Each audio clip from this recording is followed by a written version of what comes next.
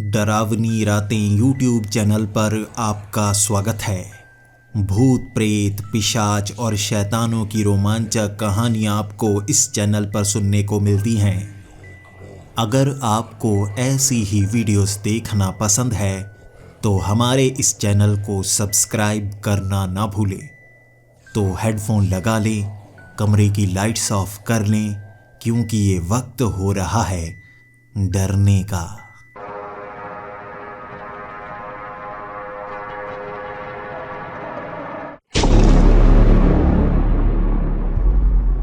Hello दोस्तों, मेरा नाम रिचर्ड है और मैं स्वीडन का रहने वाला हूँ। यहाँ पर मैं स्वीट्स पार्लर चलाता हूँ, जिसे आप साधारण भाषा में कह सकते हैं मिठाई की दुकान। जी हाँ, मैं यहाँ के एक बड़े शहर में मिठाई की दुकान चला रहा था, लेकिन ये दुकान किराए पर थी। भले ही मैं अच्छे पैसे कमा रहा था, लेकिन किराया देने में आधे पैसे निकल जाते थे। बाकी जो बचते थे वो मेरे घर का किराया देने में निकल जाते थे। मैं तरक्की नहीं कर पा रहा था। भले ही जो मिठाइयाँ मैं बनाया करता था ना, उसे सभी बहुत ज़्यादा पसंद किया करते थे। खास तौर पर मेरी वो मीठी पेस्ट्री, इसी के साथ एक सबसे बड़ा डोनट। सभी उसके दीवाने थे, लेकिन मुझसे कहा करते थे कि ये जगह जिसकी है, जहाँ तुम दुकान चलाते हो, वो बहुत घमंडी है। और हर बार वो बस किराया बढ़ाता जा रहा था।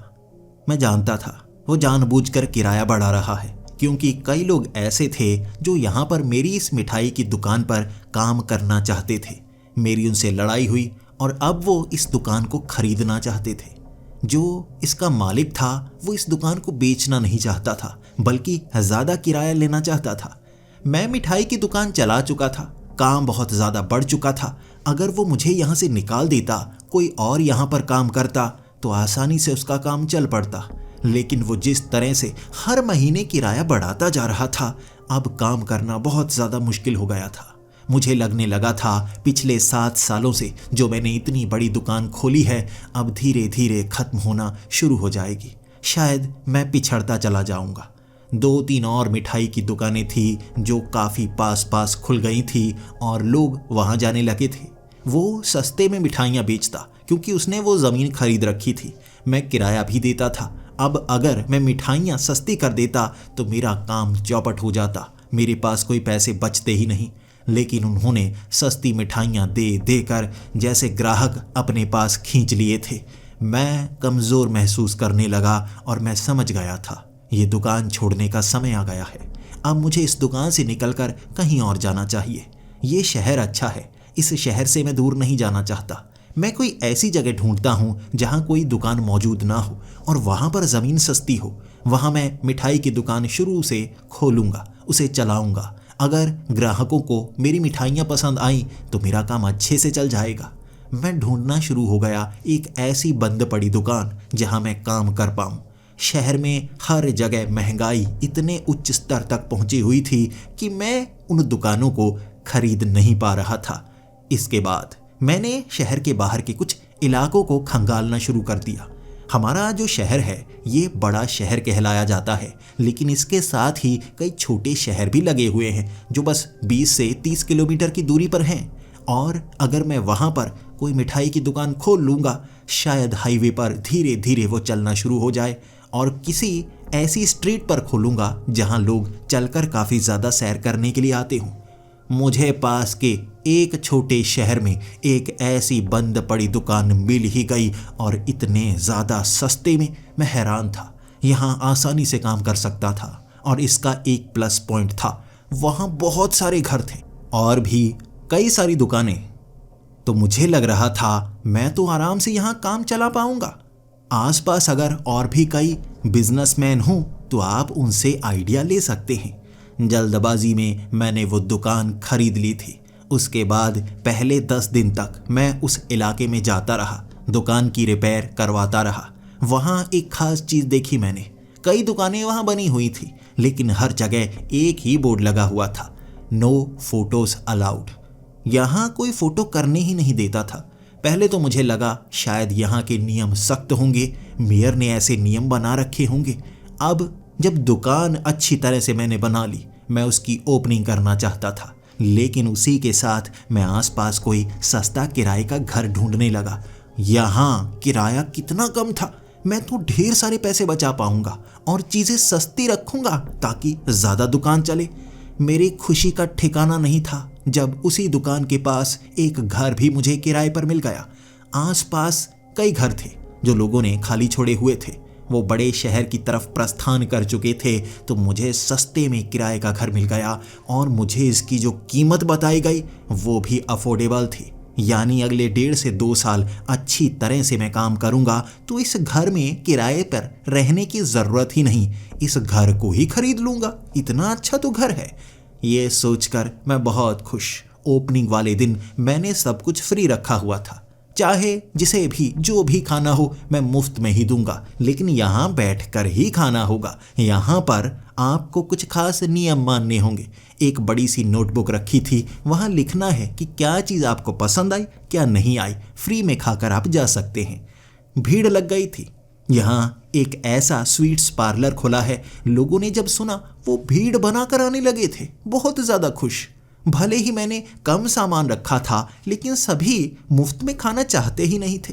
पहले तो फ्री में खाने की वो कोशिश करते, लेकिन मेरे वो डोनट्स इतने अच्छे होते कि वो खुद मुझे टिप देते। मैं कहता कि इसकी कीमत कम है, लेकिन वो खुश होकर कहते कि आप काम को और बढ़ाएं और अच्छी अच्छी चीज़ें रखें।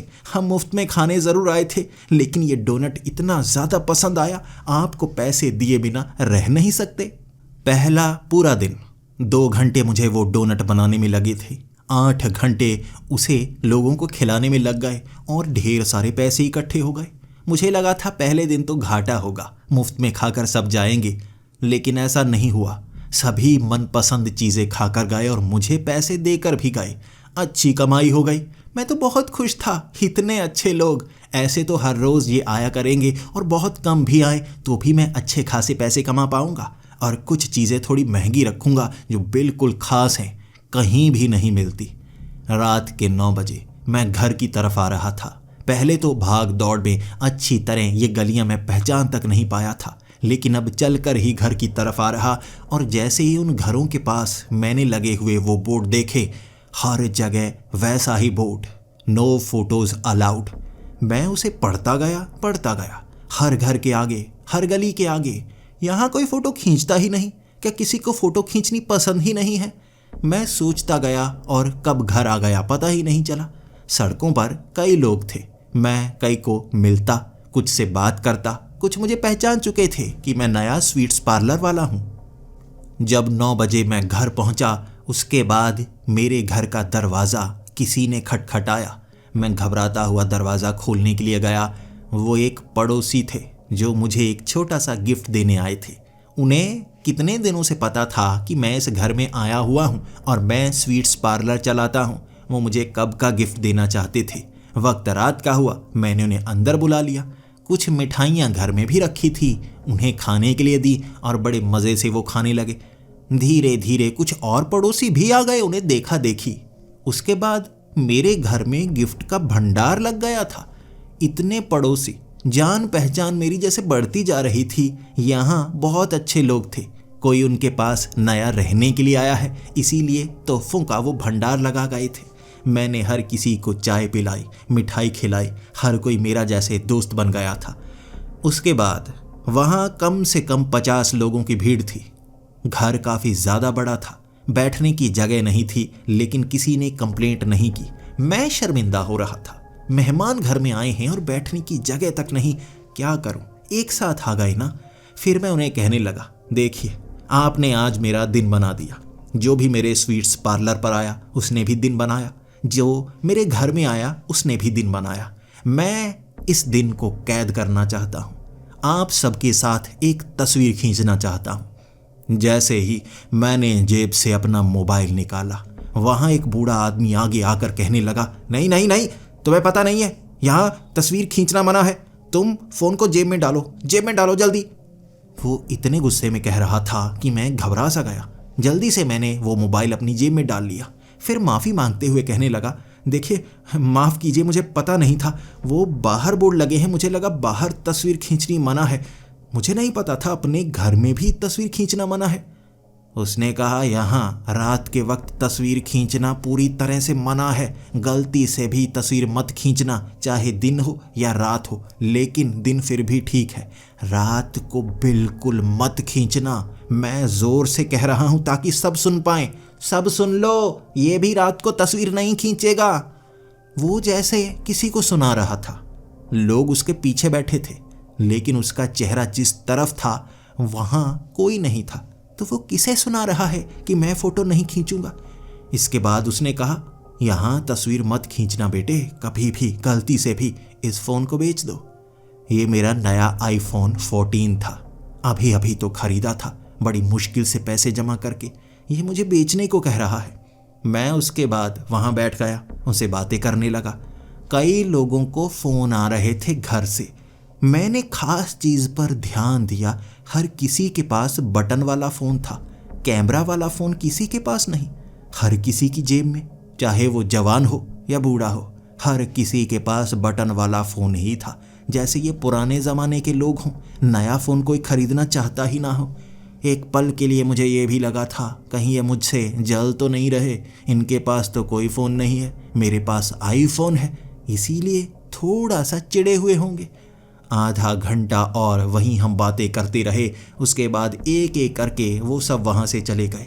हर किसी ने चेतावनी ज़रूर दी मुझे, तस्वीर मत खींचना, यहाँ तस्वीर खींचना सख्त मना है, बहुत ज़्यादा सख्त मना है। सभी जा चुके थे और मैं सोचता रह गया था। अगले दिन फिर से मैं अपने स्वीट्स पार्लर पर गया। सुबह सुबह ही वहाँ काफ़ी ज़्यादा भीड़ आने लगी थी। मैंने अंदाज़ा नहीं लगाया था यहाँ मिठाइयाँ खाना लोग इतना ज़्यादा पसंद करते हैं। यहाँ कोई भी मिठाई की दुकान नहीं थी और मेरे डोनट 1 घंटे में ही बिक चुके थे। बाकी मिठाइयाँ भी धीरे धीरे 5 बजे तक ख़त्म हो गई। अमूमन उस बड़े शहर में रात के 10 बजे तक मिठाइयाँ बेचा करता था। कभी भी उससे पहले सारा सामान खत्म नहीं होता था। यहाँ 5 बजे ही खत्म हो गया। लोग 10-10 इकट्ठे पैक करवा के भी ले जा रहे थे। नई दुकान खुली है तो लोगों को पसंद ही बहुत ज़्यादा आई थी। पूरा दिन काम करके मैं थक गया, लेकिन खुशी इस बात की थी कमाई भी तो बहुत ज़्यादा हुई है। कमाई के साथ साथ नाम भी हो रहा है, पहचान भी बन रही है। कई लोग ऐसे थे जो मुझे जानना चाहते थे, मुझसे मिलना चाहते थे, अपने घर डिनर पर बुलाना चाहते थे, लेकिन मैं हर किसी को हाँ नहीं कर सकता था। मैंने उन्हें कहा, कुछ दिन मुझे काफ़ी ज़्यादा काम रहेगा, अब दुकान की रेनोवेशन का काम भी करना है, घर में सेटल भी होना है। शाम को भले ही मैं थक गया था, लेकिन मुझे लगा नए लोगों से जान पहचान भी बनानी होगी। यहाँ और भी कई दुकान वाले हैं, उनसे मिलकर आता हूँ। एक एक करके आगे वाली कई दुकानों तक मैं गया था, उनसे बातें की थी। वो मुझसे मिलकर काफ़ी ज़्यादा खुश थे। उसके बाद सबसे पीछे वाली दुकान, जो कि उन घरों के लगभग साथ मिलती है। आगे घरों में कोई नहीं रहता था, लेकिन वो दुकान सबसे अजीब थी। जैसे ही मैं वो दुकान के अंदर गया, मैं घबरा सा गया। कितनी डरावनी डरावनी चीज़ें लगा रखी हैं, बड़े बड़े कार्ड लगा रखे हैं, डरावने चेहरे लगा रखे हैं, और वो औरत भी काफ़ी अजीब लग रही थी। अजीबोगरीब बेढंगे से कपड़े पहने हुए, एक टेबल के पीछे ज़मीन पर बैठी हुई, आगे रखे हुए उसने टैरो कार्ड्स। मैं टैरो कार्ड रीडर के पास कभी नहीं गया था, और यहाँ टैरो कार्ड रीडर का काम इतना ज़्यादा चलता हो सकता है। दुकान तो काफ़ी बड़ी बना रखी है। मैं उस औरत के करीब गया और उससे उसका नाम पूछने लगा। उसका नाम मैरी था और मुझे देखकर वो बहुत ज़्यादा खुश थी। उसने पहले ही बता दिया कि तुम वो दुकान वाले हो ना, यहाँ से मैं निकल तो नहीं पाई, लेकिन तुम्हारे बारे में बहुत कुछ जानती हूँ। मुझे लगा मुझे फंसाने की कोशिश कर रही है। मैं इन चीज़ों पर यकीन नहीं करता। ज्योतिष विद्या, टैरो कार्ड्स, इन चीज़ों में कुछ नहीं रखा। मेरा मानना है ये लोगों को बेवकूफ़ बनाने की कला है। इसीलिए उसके सामने बैठकर मैं मुस्कुराता रहा, अपने बारे में बताता रहा, और बार बार वो कहती रही, मुझे पता है, ज़्यादातर चीज़ें मुझे पता है। कुछ समय उससे बातें की थी और उसे जैसे बीच बीच में दौरे भी पड़ते थे। मुझे देखती देखती अचानक ऊपर देखने लगती और किसी चीज़ से डर जाती। मैं बातें कर रहा होता, बीच में वो बातें भूल जाती कि मैंने क्या क्या की है, जैसे उसका ध्यान किसी और तरफ होता, जैसे वो किसी और से बातें सुन रही हो और मेरी बातों पर उसका ध्यान ही ना हो। कुछ समय में मैं इरिटेट सा हो गया था और मैं उससे पूछ रहा था, आप ठीक तो है ना? मुझे लगता है आपकी सेहत ठीक नहीं है। उसने कहा, मेरी सेहत तो ठीक है, लेकिन तुम इस शहर में नए हो ना, इस इलाके में नए हो ना, इसीलिए तुम समझ नहीं पाओगे। मुझे माफ़ करना, कभी कभी तुम्हारे शब्द मेरे समझ में नहीं आते। जब कोई किसी के बीच में बोलता रहे ना तो उसके शब्द सुनाई नहीं देते। ये सुनकर मैं उसकी तरफ देखता रह गया और मैंने कहा, यहाँ सिर्फ हम दो ही हैं, कोई तीसरा है ही नहीं जो हमारे बीच में बोले, तो आपको शब्द सुनाई क्यों नहीं दिए? उसने कहा, पहला दिन है ना तुम्हारा यहाँ पर, इसीलिए मैं तुम्हें डराना नहीं चाहती। ऐसा करो, तुम घर जाओ, फिर किसी दिन आना आराम से, दिन के वक्त बड़े मज़े से बातें करेंगे। वैसे मुझे बातें करना बहुत ज़्यादा पसंद है और तुम्हारे साथ बातें करने में मज़ा भी काफ़ी ज़्यादा आएगा। फिर मैं वहाँ से निकला था। वक्त काफ़ी ज़्यादा हो गया था, काफ़ी ज़्यादा लोगों से मिलकर आया था तो काफ़ी थका हुआ था। घर में मैंने खाना भी नहीं खाया, मेरा थोड़ा पेट निकला हुआ था, इसीलिए रात को मैं खाना नहीं खाता था। घर में बैठा मैं टीवी देखता रहा और कब आँख लग गई पता ही नहीं चला। आगे आने वाले दिनों में कई बार मुझे काम में मुश्किल होती, सामान खत्म हो जाता। यहाँ मिठाई खाने वालों की संख्या बढ़ती जा रही थी और मुझे काम पर 2 लड़के रखने पड़े। कभी भी अपनी दुकान पर मैंने किसी को रखा नहीं था। पहली बार काम इतना ज़्यादा बढ़ गया कि किसी को रखना पड़ा और वो काम करके बहुत ज़्यादा खुश थे, मुझसे बहुत कुछ सीख रहे थे। लेकिन मैं भी एक पक्का उस्ताद हूँ, पूरी बातें नहीं बताता। कहीं मुझसे सीखकर उन्होंने मेरे ही साथ कोई दुकान खोल ली तो वहाँ पर भी मैंने यही गलती की थी। कुछ को थोड़ा सिखाया और मेरे साथ वो दुकान खोल कर बैठ गए। अब की बार वो गलती नहीं करने वाला। इस शहर में सबसे बड़ी मिठाई की दुकान धीरे धीरे मैं बना लूँगा और अमीर होने से मुझे कोई नहीं रोक सकता। अब वो लड़के काम करने लगे थे तो मुझ पर काम का बोझ थोड़ा कम हो गया था। इतने सालों बाद मैं रिलैक्स फील कर रहा था। मुझे पहले लगा करता था जब लड़के दुकान पर काम करेंगे तो बोझ ज़्यादा बढ़ जाएगा, लेकिन बोझ बहुत कम हो गया। अब दोपहर को घर जाकर खाना खाने लगा था मैं। 20 ही दिनों में जैसे आदत बदल दी थी मैंने। अब मैं मालिक था वहाँ और लड़के काम कर सकते थे। मैं एक और लड़के को रखने वाला था और मैं बहाना लगाकर उस दुकान से बाहर निकलता। अपने कुछ दोस्त बना लिए थे, साथ ही कुछ और दुकानें थी, वहाँ जाया करता था मैं, उनसे मिला करता था। अब मैं फिर से उस टैरो कार्ड वाली मैरी से मिलने के लिए गया था। पहले हमारी मुलाकात काफ़ी अजीब रही और मुझे हमेशा मलाल रहता है जब किसी से अच्छी तरह से मैं बात नहीं कर पाता। हो सकता है उस दिन उसको कोई बीमारी थी, शायद वो काफ़ी बीमार थी, उसका दिमाग काम ना कर रहा हो या उस पर काफ़ी ज़्यादा प्रेशर हो, उसके बारे में ज़्यादा जान ही नहीं पाया मैं। फिर से मैं मैरी के पास पहुंच गया। मैं उसके सामने बैठा था और मुझे मुस्कुराते हुए देख वो कहने लगी थी, तो तुम आ ही गए। पहले मुझे लगा था तुम डर गए होगे, दोबारा नहीं आओगे, लेकिन तुम्हारी हिम्मत की दाद देनी पड़ेगी। कुछ चीज़ों का पता ना होना भी बहुत अच्छा होता है। तुम्हारे अंदर एक मासूमियत है। मैं उसे रोक कर कहने लगा, ये चालबाजियाँ मुझ पर नहीं चलने वाली। आप ये टैरो कार्ड पढ़कर और किसी को बेवकूफ़ बना सकती हैं, मुझे नहीं। फिर वो मुझे सामने बिठाकर कहने लगी, चुनो एक टैरो कार्ड, चुनो, ज़रा मैं बताती हूँ तुम्हारे भविष्य के बारे में। मैंने कहा, भविष्य बताना बहुत आसान होता है, झूठ बोल दो, उसके बाद आप भाग जाएंगी और किसी को कौन सा पता चलेगा। और तुक्का मारना आसान होता है, बताना है तो इतिहास बताओ जिसके बारे में किसी को पता तक नहीं होगा। मेरी ये बात सुनकर वो सन्न सी हो गई थी और मैं भी हंसने लगा। नहीं बता पाओगी ना, और बात घुमा कर मत करना, साफ साफ बता सकती हो तो बता देना, वरना कोई फ़ायदा नहीं और बातें करते हैं। मैं वैसे भी इन चीज़ों में इंटरेस्टेड नहीं हूँ। ये सुनकर वो कहने लगी, इन चीज़ों में मतलब टैरो कार्ड तुम्हें अच्छे नहीं लगते? मैंने कहा, नहीं, टैरो कार्ड की बात नहीं है, अंधविश्वास मुझे अच्छे नहीं लगते। आप जो बातें करती हैं ना, मेरे सर के ऊपर से निकल जाती हैं। और डराने की कोशिश इस बार मत कीजिएगा। देखिए, पिछली बार मैं काफ़ी अनकंफर्टेबल फील कर रहा था। आप वैसे बात नहीं कर सकती। मान लीजिए हम किसी दुकान में नहीं बैठे, हम किसी कॉलेज में हैं, एक साथ पढ़ते हैं, तो बिल्कुल खुलकर बात करेंगे। ऐसे सही रहेगा ना? फिर वो कुछ समय के लिए शांत हो गई थी। अचानक जैसे फिर से उसे कोई दौरा पड़ा हो। ऊपर की तरफ देखकर वो घबरा सी गई, जैसे उसने कोई डरावना चेहरा देख लिया हो।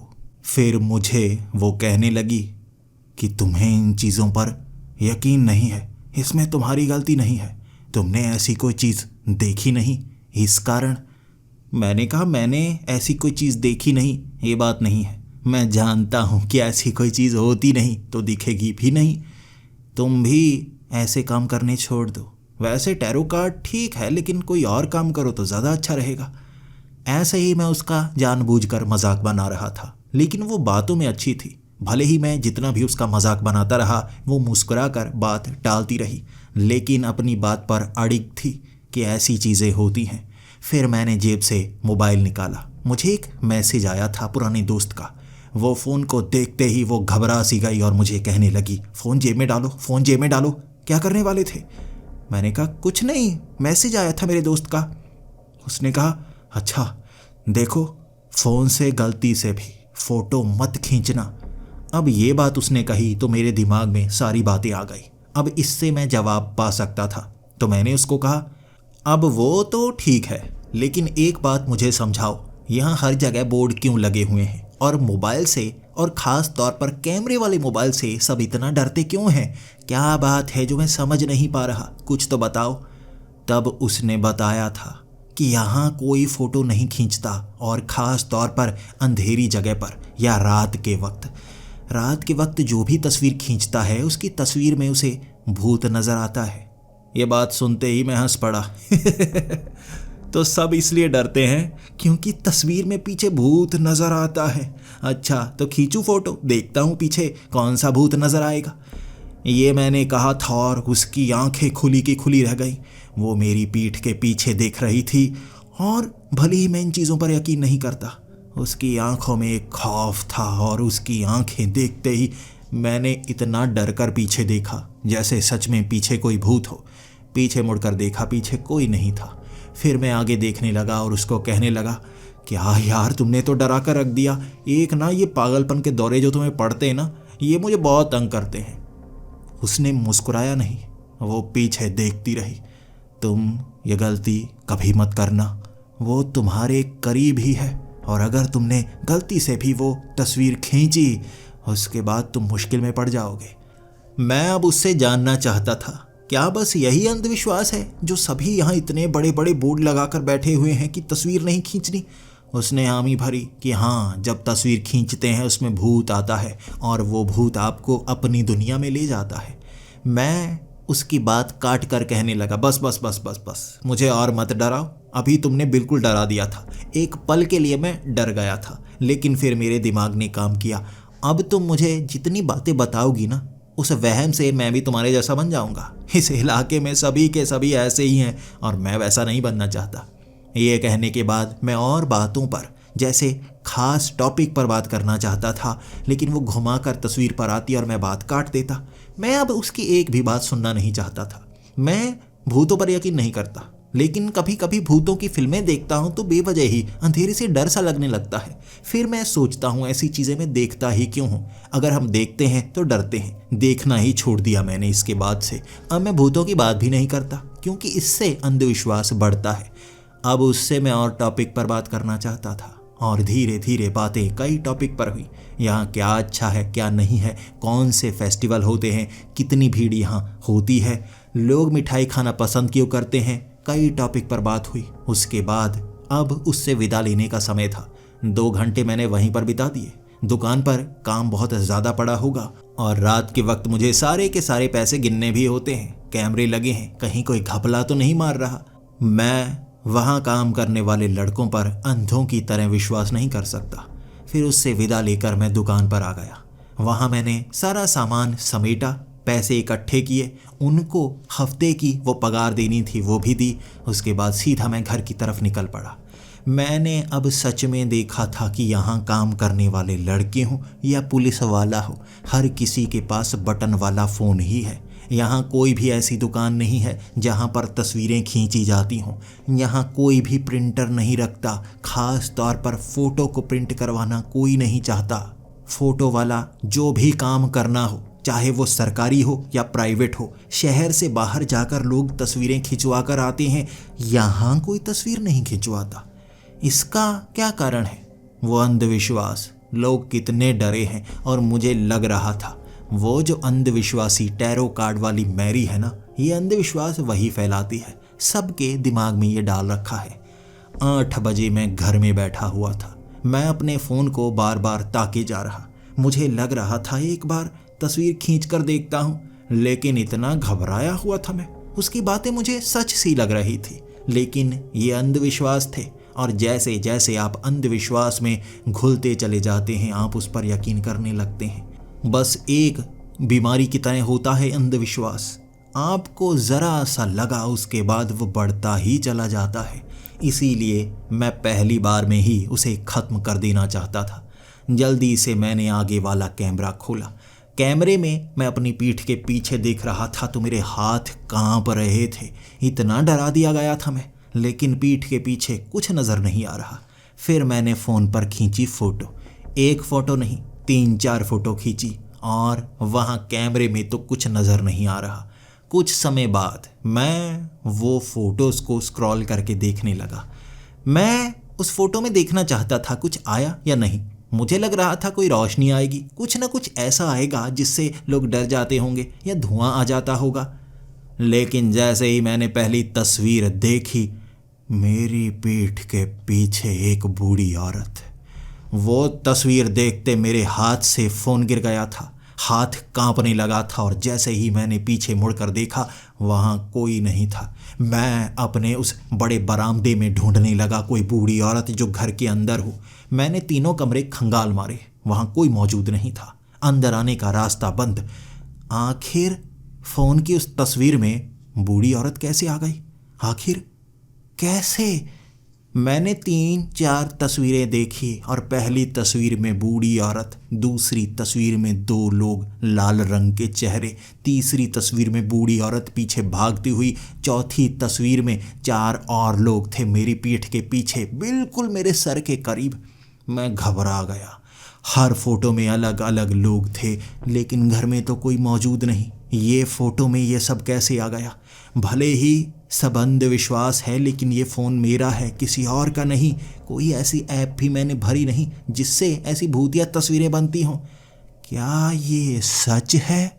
मैं इतना ज़्यादा घबराया हुआ था, मुझे लगा कहीं कुछ गड़बड़ तो नहीं। जल्दी से मैंने वो मोबाइल अपने लैपटॉप से अटैच किया। उसके बाद मैंने वहाँ प्रिंट की वो चारों की चारों तस्वीरें सबूत के तौर पर। वो तस्वीरें निकलने के बाद भी वैसी की वैसी ही थी। पीछे नज़र आ रहे वो लोग, आखिर वो मेरे घर में कैसे आ गए? क्या सच में भूत प्रेत हैं जो तस्वीरों में नज़र आते हैं? लेकिन मैंने उसके आगे का हिस्सा तो सुना ही नहीं। जब तस्वीरों में भूत प्रेत नज़र आते हैं तो क्या होता है? क्या वो मुझे मारने की कोशिश करेंगे? क्या ऐसा हो सकता है? मैं डर गया था। मुझे समझ नहीं आ रही थी मैं करूं तो करूं क्या। एक तो वक्त भी रात के 10 बजे का था। क्या मुझे किसी को बताना चाहिए? अगर मैं किसी को बताऊंगा वो मेरा मजाक तो नहीं बनाएगा। मैं किसे फ़ोन करूं किसे नहीं, मैं समझ नहीं पाया। उन तस्वीरों को बेड पर ही रखे हुए मैं घबराया हुआ सोने की कोशिश करने लगा। एक बात मुझ में अच्छी है, मुझे हमेशा मुश्किल घड़ी में भी नींद आ ही जाती है। कुछ लोगों की जैसे कहते हैं नींद उड़ जाती है, मेरे साथ ऐसा कभी नहीं हुआ। मैं आराम से सो जाता हूँ, भले ही परेशानी कितनी भी बड़ी हो।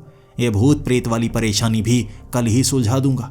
जाऊंगा मैं इन तस्वीरों को लेकर उस टैरो कार्ड रीडर वाली मैरी के पास, पूछूंगा उससे आगे क्या करूं। आज सो जाता हूं, सुबह जाऊंगा उसके पास। ये सोचकर बेड पर उन तस्वीरों को रखे हुए मैं वहीं सोने की कोशिश करता रहा। आंखें बंद करने के बाद कुछ ही समय में मुझे नींद आ जाती है, और इस बार भी नींद चढ़ने लगी थी, और कब मुझे नींद आ गई पता ही नहीं चला। सुबह सुबह मेरी नींद हर बार 6 बजे ही खुलती है। इस बार भी मैं 6 बजे उठा। जैसे ही मैं उठा, मुझे सब कुछ धुंधला धुंधला सा नजर आ रहा था। अमूमन सुबह सुबह ऐसा होता है ना, जब आप सोकर उठते हैं तो आंखें थोड़ी बंद होती हैं, सब कुछ साफ साफ नजर नहीं आता। तो मैं आंखों को मलने लगा। मैं आंखें मलता जा रहा था, लेकिन कुछ भी साफ नजर नहीं आ रहा। मैंने बहुत कोशिश की और सब कुछ मुझे धुंधला धुंधला ही दिखता रहा। मेरी आंखों को क्या हो गया? अरे जल्दी से पानी मारता हूँ। इसके बाद जल्दी से मैं पास वाले बाथरूम में गया, और पानी वो बड़े टब में था, और मैं आंखों में पानी मारता गया, लेकिन पानी जैसे ठंडा नहीं, बिल्कुल सही था। अमूमन यहाँ ठंड होती है तो पानी काफ़ी ठंडा चेहरे पर लगता है, लेकिन ऐसा नहीं हुआ। पानी गर्म गर्म सा ही लग रहा। आंखें साफ नहीं हो रही।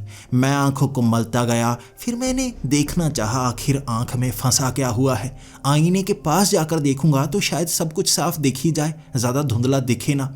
मैं आईने के पास गया, कुछ नज़र नहीं आ रहा। आईने में कुछ दिख ही नहीं रहा था, सब कुछ धुंधला धुंधला सा ही था। फिर मैंने अपने आप को संभाला। मैं घबरा रहा था तो अपनी दिल की धड़कन शांत की। फिर मैंने सोचा कहीं रात को कुछ आंखों में पड़ तो नहीं गया जिससे आंखों में इस तरह धुंधला दिखाई दे रहा है। कोई जैसे घी पड़ गया हो, कोई तेल पड़ गया हो, लेकिन ऐसा नहीं था। फिर मैंने अपने हाथों को देखा, वो धुंधले नहीं थे। टांगों को देखा, वो धुंधली नहीं थी। मैं खुद को देख पा रहा था, कुछ भी धुंधला नहीं, लेकिन सामने हर चीज धुंधली धुंधली सी, जैसे उसका आधा रूप नजर आ रहा हो, लेकिन पूरी तरह से साफ कुछ भी दिख नहीं रहा था। मुझे अब डर सा लगने लगा था। ऐसा लगने लगा था जैसे कुछ ना कुछ तो गड़बड़ है। अगर मैं खुद को साफ साफ देख पा रहा हूं तो बाकी चीजें साफ क्यों नजर नहीं आ रही। अचानक मेरे दिमाग में जो आया वो डराने वाला था। रात को जो घटा मेरी आंखों के सामने घूमने लगा था। वो तस्वीरें, वो भूत, कहीं उन्होंने मुझे मार तो नहीं दिया। ये सोचकर मैं भागा बेड की तरफ। जैसे ही मैंने बेड पर देखा, मुझे बेड पर कोई शरीर नजर नहीं आया। मैं वो फिल्मों में देखे हुए सीन सोच रहा था कि मेरा शरीर अगर वहाँ पर मुझे मिला, मैं मान लूँगा मैं मारा गया। फिर मैं बहुत बुरी तरह से रोने वाला था, लेकिन मुझे अपना शरीर नहीं मिला। लेकिन वहाँ पड़ी हुई तस्वीरें दिखी थी मुझे। मैं उन तस्वीरों को साफ साफ तो नहीं देख पा रहा, कुछ धुंधली थी, लेकिन फिर भी करीब से मैं उसे देख सकता था। आंख बहुत करीब ले जाकर साफ साफ नज़र आ रहा, लेकिन सिचुएशन बदली हुई थी। वो तस्वीरें मैंने अपनी खींची थी, मेरी अपनी सेल्फी, और मेरे पीछे वो लोग होने चाहिए, लेकिन अब उन तस्वीरों में मैं बदल गया था।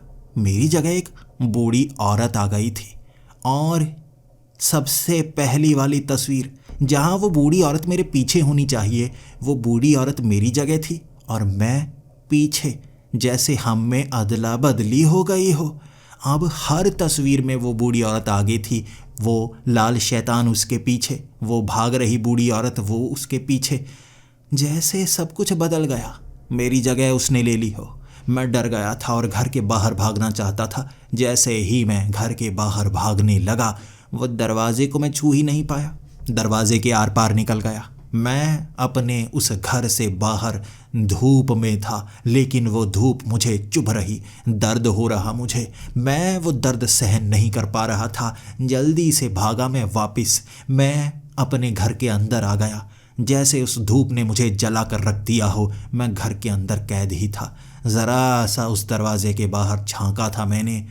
मुझे बाहर अपना शरीर नजर आया था, लेकिन चलता हुआ, मरा हुआ शरीर नहीं। मैंने अपना शरीर चलता हुआ देखा, बिल्कुल जैसे मेरे जैसा दिखने वाला, रात को सोने वाले वही कपड़े पहने, वो जैसे अपने हाथों को ताक रहा।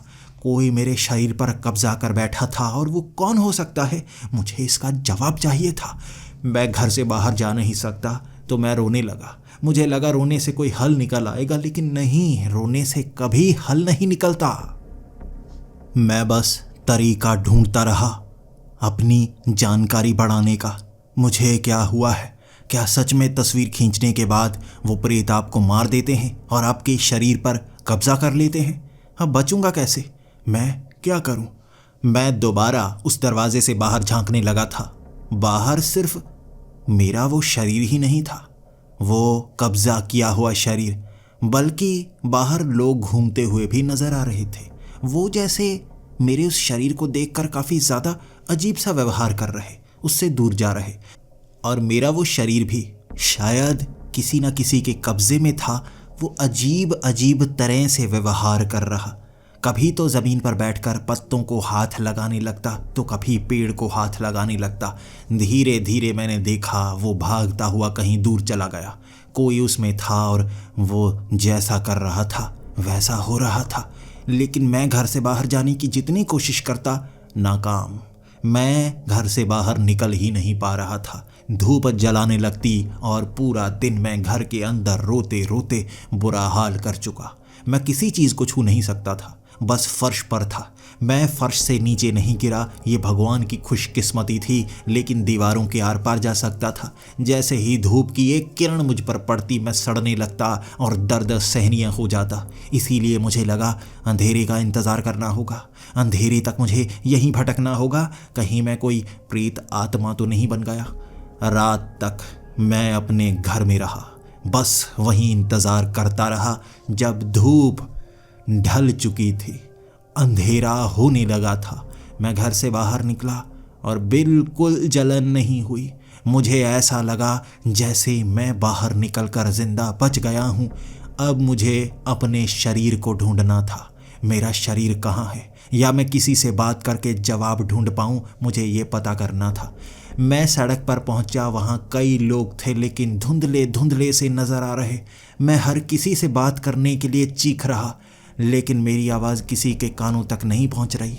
ना मैं किसी को छू सकता था, उनके बीच से आर पार हो जाता। मैं बस भटकता रहा, लोगों से बात करने की कोशिश, लोगों से जानने की कोशिश। हर जगह खड़ा होकर मैं लोगों की बातें सुन रहा था। किसी को तो पता होगा, तस्वीर खींचने के बाद क्या होता है? क्या हम मर जाते हैं? नहीं नहीं, ऐसा नहीं हो सकता। अगर मैं मर गया फिर तो बहुत बुरा हाल होगा। क्या मैं भूत की तरह भटकता रहूंगा? जब और कुछ कर नहीं पाया, उसके बाद मुझे लगा मुझे अपने शरीर को ढूंढने की एक कोशिश तो करनी होगी। भागा मैं, कभी इधर कभी उधर, झाड़ियों के बीच से, पेड़ों के आर पार, लोगों के घरों के अंदर से गुजरते हुए। लेकिन तभी मुझे एक पेड़ के पीछे लाल रंग का वैसा ही शैतान दिखा जैसा मैंने तस्वीर में देखा था। पेड़ के पीछे से एक आंख निकाल कर मेरी तरफ देख रहा। वो साफ दिख रहा था, वो धुंधला नहीं था, जैसे वो मेरे जैसी ही कोई आत्मा हो। मैं उसे देखते ही दूर जाना चाहता था, लेकिन वो मेरा पीछा करने लगा। वो मेरा पीछा इतनी तेज़ी से कर रहा था कि मैं उससे छिप नहीं पा रहा। बस मैं सीधा भागे जा रहा, लेकिन गलती से कभी कभी मुड़ जाता, क्योंकि अमूमन मुझे किसी चीज़ से टकराने की आदत नहीं थी। जब भी कोई चीज़ सामने आती मुझे लगता इधर से जाना चाहिए, सही है, लेकिन वो हर चीज़ के आर पार होता हुआ जैसे सब कुछ जानता था। उसने मुझे पकड़ लिया। वो पहली चीज़ थी जो छू पाई थी मुझे, एक शैतान। ये लाल रंग का शैतान मुझे पकड़कर जैसे मेरे चेहरे पर चीखें मार रहा, मुझे नोचने की कोशिश कर रहा। ना तो मुझे दर्द हो रहा, ना कोई भावना थी मेरे अंदर, डर भी नहीं लग रहा, बस रोना आ रहा था, आंसू नहीं निकल रहे थे। वो मुझे पकड़कर ज़मीन पर दबोचता रहा, लेकिन फिर थक कर वहाँ से चला गया। छोड़ दिया था उसने मुझे। लेकिन एक आत्मा के साथ किया भी क्या जा सकता है? आत्मा तो अमर होती है, आत्मा नश्वर नहीं होती। फिर मैं सड़कों पर बुझा बुझा सा अपने शरीर को ढूंढ रहा, लेकिन मुझे ये तक पता नहीं था मैं उसे ढूंढकर करूँगा क्या। वैसे भी किसी को छू पा तो नहीं रहा, अपने शरीर को भी नहीं छू पाऊँगा। शायद वो जो भी है मेरे शरीर पर कब्जा कर चुका है। प्रेत आत्माओं के वो अंधविश्वास सच साबित हो गए थे। मायूस मैं एक सड़क पर बैठा देख रहा था लोगों को आते जाते हुए। कुछ के चेहरे पहचान पा रहा था, लेकिन वो धुंधले धुंधले से। फिर मैं चलता चलता अपने उस दुकान तक गया। मैं वो बंद दुकान को देखकर मायूस था। पूरी जिंदगी अपनी एक दुकान खरीदना चाहता था। यहाँ खरीद पाया तो शरीर मेरे साथ नहीं रहा। हमारे साथ नाइंसाफ़ी होती है ना, जब हम मर जाते हैं सब कुछ यहीं छोड़ना पड़ जाता है। मैं मरे हुए इंसान की तरह महसूस कर रहा था। मेरी आत्मा भी यहीं भटका करेगी, यहीं इस स्वीट पार्लर के आसपास। हमेशा मैं यहाँ देखने के लिए आया करूँगा, लेकिन रात के वक्त, दिन के वक्त तो कहीं ना कहीं छिपना पड़ेगा। मेरा शरीर कहाँ है क्या पता कर पाऊँगा? अचानक मेरे दिमाग में एक ख्याल आया। चाहे कोई भी मुझे देख नहीं पा रहा हो, लेकिन शायद कोई है जो देख सकता है। Mary, tarot card reader Mary, वो कहा करती थी ना, बीच में कोई बोला इसलिए सुनाई नहीं दिया, तो क्या उसे मेरे शब्द सुनाई दे सकते हैं? मैं उसकी दुकान की तरफ भागा। जैसे ही मैंने उसकी दुकान देखी, वो बंद थी। उसकी बंद दुकान देख मुझे ये तक पता नहीं था उसका घर कहाँ है, लेकिन रात के वक्त कहाँ जाऊँ, कहाँ ढूंढूं, क्या करूँ मैं, मुझे नहीं पता था। तो मैंने ठान लिया, दुकान के अंदर छिप कर रहूँगा, बात करने की कोशिश करूँगा। जैसे ही मैं उस दुकान के अंदर गया, एकदम से मेरी चीख निकली थी। वो दुकान खाली नहीं थी। 15 से 20 अजीबो गरीब लोग वहाँ पर थे। कुछ के आधे सर कटे हुए थे, जैसे ऊपर से फट गया हो। एक की बाजू पीछे की तरफ मुड़ी हुई, जैसे जख्मी से जख्मी थे, लेकिन वो शरीर नहीं, आत्माएं थी। वहाँ मुझे देख उन्होंने भी एक बेंच पर मुझे बैठने के लिए जगह दे दी। भीड़ में बैठा था मरे हुए लोगों की, और मैं उनसे बात भी कर सकता था। वो सुन रहे थे। मैंने कहा, मैं यहाँ पहुँच गया, मेरा शरीर किसी ने जैसे छीन लिया। मेरी वो तस्वीर खींचने के बाद मेरे साथ ये हुआ। और वो मुझे कह रहे, ऐसा मेरे साथ भी हुआ। 3-4 लोग ऐसे थे जिन्होंने ये कहा था। ये गलती उन्होंने भी की थी, जबकि कुछ ऐसे थे जो एक्सीडेंट में मारे गए। अब जो मैरी थी वो प्रेतों से बात कर सकती थी, इन्होंने मुझे ये बताया। वो खुद उससे बात करने के लिए पूरी रात यहीं पर बैठते हैं। कुछ समय बाद उससे मिलने आते हैं। जिंदा से बात करना उन्हें भी अच्छा लगता है। उस रात मैंने इंतज़ार किया, और सुबह सुबह जब वो आगे वाला दरवाज़ा खोला था, मेरी खुशी का कोई ठिकाना नहीं था। लेकिन मैं कुछ बोलता उससे पहले ही जितनी भी प्रेत आत्माएं वहाँ पर थी, सभी चीखने लगी थी, चिंगाड़ने लगी थी, और मेरी आवाज़ उसमें दब सी गई थी। मैरी हमें चीरती हुई बीच से निकली। उसकी नज़र किसी तरफ नहीं गई। वो सबसे पहले अपने खास कमरे में गई, जहाँ पर वो धार्मिक अनुष्ठान किया करती थी, सुबह सुबह 1 घंटे के लिए। तब सब इंतज़ार करने लगे। जैसे ही वो बाहर निकली, सभी छलांगे लगा उससे बातें करना चाहते थे, अपने दिल की बात बताना चाहते थे। मैं उन्हें छू सकता था, वो भी मुझे छू सकते थे। धक्का दे देकर वो मुझे हमेशा पीछे धकेल देते। हर कोई मैरी से बात करने के लिए बोलता, और मैरी उसे इग्नोर कर देती। सभी दोपहर तक ऐसा करते रहे, और मैं कोने में बैठकर समझ गया था मेरा समय खत्म हुआ। वो एक मरे हुए से क्यों बात करेगी? लेकिन दोपहर को जब मेरी बारी आ ही गई, सभी कोशिश करके थक गए, तो मैं मैरी के सामने बैठकर रोता हुआ कहने लगा, तुम मेरी बात भी नहीं सुनोगी? तुम मेरी बात क्यों सुनोगी? तुम्हें मरे हुए लोगों से बात करने में कौन सा अच्छा लगता है? मैं काश तुम्हारी बात मान लेता तो मैं जिंदा होता। अचानक मैरी की आंखें ऊपर उठी, और वो फटी हुई आंखों से मुझे देख रही और बोली, तुम यहाँ क्या कर रहे हो? तुम कैसे मर गए? मैंने कहा, तुम्हारी बात नहीं मानी ना, मैंने वो तस्वीर खींची। मैं तस्वीर खींच पाया, और सुबह मेरा ये हाल था। मैं पूरा दिन घर में रहा और रात यहाँ गुजारी, और अब दोपहर हो गया। मुझे नहीं पता, ये सब मुझे बात करने दे ही नहीं रहे थे। मैरी तब खुली हुई आंखों से मुझे कह रही, तुम्हें पहले आना चाहिए था।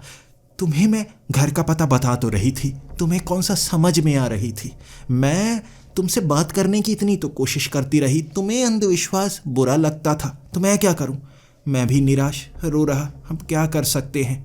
उसने कहा, अभी कुछ कर सकते हैं। अगर वो आत्मा तुम्हारे शरीर के अंदर ही है, तब तुम्हारा शरीर जीवित है। तुम दोबारा अपना शरीर पा सकते हो, जिंदा हो सकते हो। अगर उसने तुम्हारा शरीर छोड़ दिया तो तुम्हारा शरीर खत्म। समझो तुम एक प्रेत आत्मा।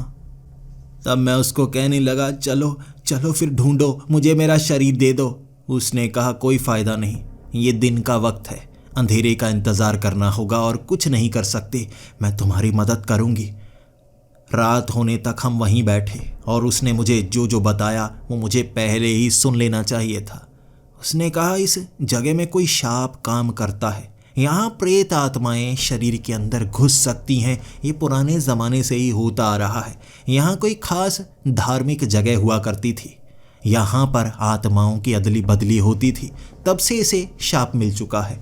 और जो भी तस्वीर खींचता है, उस तस्वीर में जब वो प्रेत आत्मा खुद को देखती है तो वो उसके शरीर से अपनी उस आत्मा को बदल सकती है। तुम्हें वो तस्वीर में कौन नजर आया था? मैंने कहा, बूढ़ी औरत। तब मैरी कहने लगी, तो तुम्हारे शरीर में वो बूढ़ी औरत की आत्मा है। रात होने तक हम वहीं बैठे और मैं बहुत जानकारी पाने के बाद मैरी के साथ अपने घर गया और वो प्रेत आत्माओं की भीड़ मेरे साथ। मैरी ने कहा था मेरे करीब आकर, जब सही मौका हो मैं तुम्हें बताऊंगी, तब सबसे तेजी दिखाना। उस शरीर में तुम्हें जाना है। अगर तुमने गलती की कोई और चला जाएगा, फिर इंतज़ार करना होगा। कितने लोगों से लड़ोगे? ये सभी इसी इंतज़ार में बैठे हैं इन्हें कोई शरीर मिल जाए। तब मैरी मेरे घर पहुंची। वहाँ प्रिंट आउट निकाली हुई वो तस्वीरें देख वो कहने लगी, ये तो उस बूढ़ी की सेल्फी लगती है। ऐसा लगता है जैसे उसने खींची है, यानी वो तुम्हारे शरीर में आ चुकी है। अब तुम्हें उसे ढूंढना होगा, लेकिन कैसे ढूंढे, कहाँ से ढूंढे? मैंने कहा, वो कोशिश तो मैं भी कर चुका हूँ, कुछ पता नहीं चल रहा। तब मैरी मुस्कुरा कर कहने लगी, क्योंकि तुम मरे हुए हो, इस समय तुम्हारी आत्मा बाहर है, तुम्हें मृत के करीब कहा जा सकता है। मैं तो जिंदा हूँ ना, और हम जिंदा कैसे रहते हैं? हमें लोगों की जानकारी होती है, हम न्यूज़ देख सकते हैं, हम लोगों से बात कर सकते हैं। तो मैं बात करूँगी। इसके बाद उस जगह जितने लोगों से मैरी बात करती गई, मैं उसके साथ था। वो लोगों के घर जाकर उनसे बात कर रही थी, पूछ रही थी कि मुझे किसने देखा है, कहाँ देखा है। इस तरह पता लग गया। उस पूरी स्ट्रीट के पीछे खंडहरों में मुझे 2 बार देखा। एक बार मैं मिट्टी चाट रहा था, एक बार मैं घास खा रहा था। यानी वो बूढ़ी औरत ये चीज़ें कर रही। अब मैं मैरी के साथ भागा और पूरी की पूरी भीड़ मेरे पीछे। वो मेरी जगह लेना चाहते थे। हम उन खंडहरों में मेरे शरीर को ढूंढ रहे और एक टूटे घर के पीछे घास खाता हुआ मेरा शरीर। वो बूढ़ी ऐसी हरकतें कर रही थी जैसे कोई जानवर हो। मेरे शरीर पर कई चोट के निशान थे, सर पर, बाजू पर कपड़े फटे, अधनंगा था मेरा वो शरीर। वो बूढ़ी को पता ही नहीं दूसरे के शरीर के साथ क्या करना है, ये उसका थोड़े ना था। कुछ ही दिनों में मेरा शरीर सड़ने लगता, निशानियां नजर आने लगी थी, शरीर काला काला सा होने लगा था। तभी मुझे मैरी ने इशारा करके कहा था, धक्का दो अपने शरीर को, धक्का दो। तुम्हारा धक्का उस आत्मा को लगेगा और तुम अपने शरीर में पहुंचे तो तुम्हारा शरीर अपनी उस आत्मा से जुड़ जाएगा। जैसा मैरी ने कहा था मैंने वैसा ही किया। भाग कर गया मैं और वो शरीर नीचे था। वो बूढ़ी घास खा रही और मैंने जैसे ही धक्का दिया उसका शरीर जैसे वहीं था, वो मेरा था। लेकिन वो आत्मा निकली, सब कुछ धुंधले से जैसे साफ दिखने लगा। मैं ज़मीन पर लेट चुका था, लेकिन इतनी थकान, मैं क्या बताऊं कितनी भूख लगी थी मुझे, सही नहीं जा रही थी। जैसे ही मैंने पीछे मुड़कर मैरी की तरफ देखा, मुस्कुराती हुई मैरी, वो भाग कर आई और मुझे गले से लगा लिया और कहने लगी, तुम बच गए। यहाँ बहुत लोग गलती करते हैं और कुछ लोग बच नहीं पाते। अब तुम समझ सकते हो मैं क्यों ये काम यहाँ करती हूँ। अब तुम इसे अंधविश्वास तो नहीं कहोगे? मैंने कहा, नहीं, मैं कुछ नहीं कहूँगा, लेकिन ऐसा लग रहा है मैं मारा जाऊँगा। खाने को दो मुझे कुछ खाने को दो। वहाँ से निकलकर सबसे पहले तो मैंने खाना खाया और शुक्रिया अदा किया था मैंने मैरी का, उसने मुझे बचा लिया। लेकिन सच में मेरा शरीर बहुत बीमार था। 20 दिन लगे मुझे पूरी तरह से ठीक होने में। शरीर में इन्फेक्शन बहुत ज़्यादा हो चुका था, जबकि ये इन्फेक्शन कैसा था जो जल्दी ठीक नहीं हो पा रहा था। कोई और आत्मा मेरे शरीर में आई थी, प्रेत आत्मा, जिसका शरीर मर चुका है, लेकिन वो मेरे शरीर पर कब्जा करना चाहती थी। तब मैरी ने कहा था वो प्रेत आत्मा यहाँ भटकती रहती हैं और उन्हें पता है एक सबसे अच्छा तरीका है किसी का शरीर पाने का, वो है कोई और तस्वीर खींचे। जब वो गलती करेगा तो उसके शरीर में वो घुस जाएंगे। मेरे पास ऐसे लोग आते हैं, इसीलिए वो यहाँ भीड़ बना कर रहते हैं। मेरी कमज़ोरी ये है, मैं प्रेत आत्माओं को देख सकती हूँ। ये वरदान कहें या अभिशाप, बचपन से मुझे मिला था। मैं ठीक तो हो गया था, लेकिन एक बड़ा सा बोर्ड मैंने भी घर के आगे लगा दिया। यहाँ तस्वीरें खींचना मना है। दुकान मेरे पास है, घर मेरे पास है, नियम मैं भी मानता हूँ। हमारे इस शहर में तस्वीरें खींची नहीं जा सकती, तस्वीरों के बदले शरीर देना पड़ता है।